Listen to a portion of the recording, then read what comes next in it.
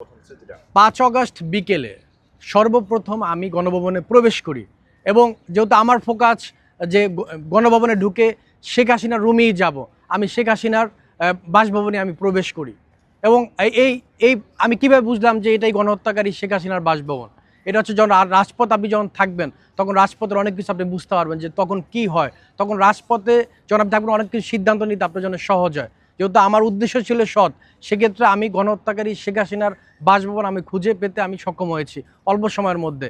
তো যেহেতু আমি প্রথম গণহত্যাকারী শেখ হাসিনার রুমে প্রবেশ করি, আমি প্রবেশ করে প্রথমেই দেখলাম যে তার রুমের সব কিছু স্বাভাবিক, আমি একজন ব্যক্তি নাই, বাকি সব কিছু আছে। তারপরেও আমি তার রুমে ঢুকে সব চারবার চেক করলাম, আমি দেখলাম যে সবই আছে, গণহত্যাকারী শেখ হাসিনা নাই।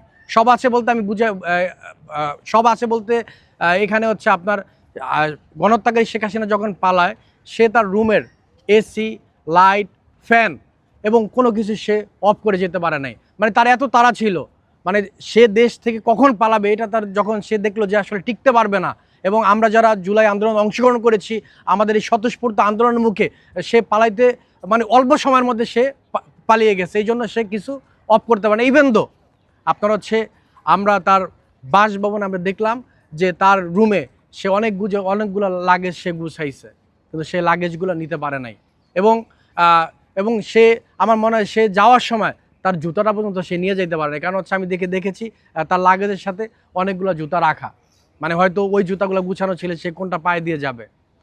দেখুন, আমরা 5 অগাস্টের আগেও 3 অগাস্ট, 1 অগাস্ট এবং জুলাইতে আমরা দেখেছি শেখ হাসিনার যে কথা, মানে এক নেতার এক আদেশ এবং পতিত স্বৈরাচার একটা জিনিসই মনে করতো যে এই দেশ তার বাবার, এই দেশ জনসাধারণের জন্য না। কিন্তু এখন এত অহংকার, এত দাম্ভিকতা, সেই মানুষটা আপনার হচ্ছে 5 অগাস্ট সে তার লাগেজ ছাড়া এবং তার রুমের কোনো কিছু না গুছেই সে পালাইতে সক্ষম হয়েছে। এবং আমরা আসলে এখান থেকে আমাদের একটা জিনিস বোঝার আছে যে আসলে এত দাম্ভিকতা, আপনি যখন একটা দেশের প্রধানমন্ত্রী হবেন, একটা দেশের জনগণের নেতা হবেন, তখন আপনি জনগণের ভাষা বুঝতে হবে।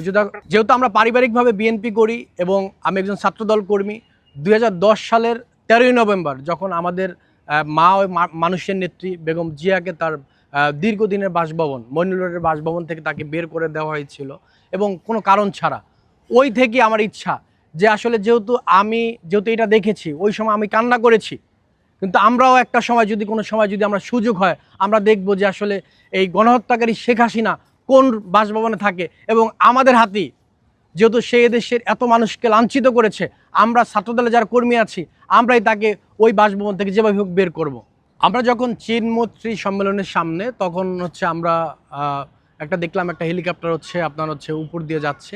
হেলিকপ্টার যাওয়ার সাথে সাথে আমরা বুঝতে সক্ষম হইলাম যে হয়তো গণহত্যাকারী শেখ হাসিনা পালাইছে। তারপর আমরা যেহেতু নিশ্চিত না, সেক্ষেত্রে আমার উদ্দেশ্য ছিল যেহেতু আমরা গণভবনে গিয়ে দেখব যে আসলে গণহত্যাকারী শেখ হাসিনা আছে কিনা, কারণ তার প্রতি আমাদের ক্ষোভের পরিমাণটা এতই বেশি।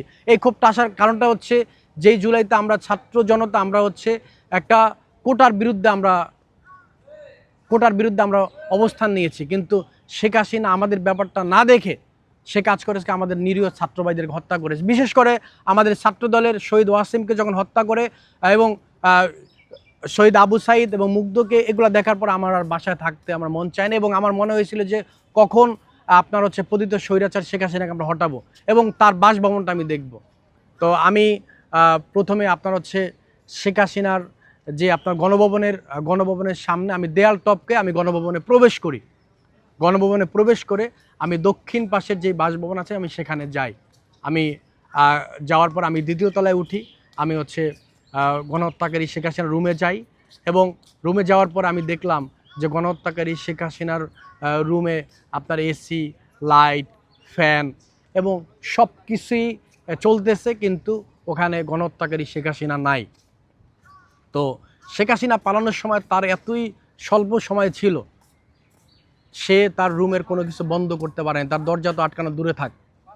এবং আমার কাছে মনে হচ্ছে শেখ হাসিনা পালানোর সময় সে তার জুতাটা পায়ে দিয়ে যেতে পারে নাই, কারণ আমি দেখেছি তার খাটের সাথে অনেক জোড়া জুতা আছে এবং আপনার তার অনেকগুলো লাগেজ গুছানো।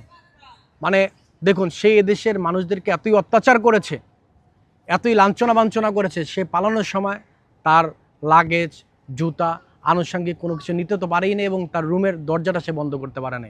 এ থেকে আমি বুঝতে পারি যে আসলে যদি কারো মনে স্বৈরাচারী মনোভাব থাকে, গণহত্যাকারী শেখ হাসিনা পালানোর সুযোগ পাইছে, কিন্তু এরপরে যারা এই স্বৈরাচারী মনোভাব থাকবে সে পালানোর সুযোগ পাবে না।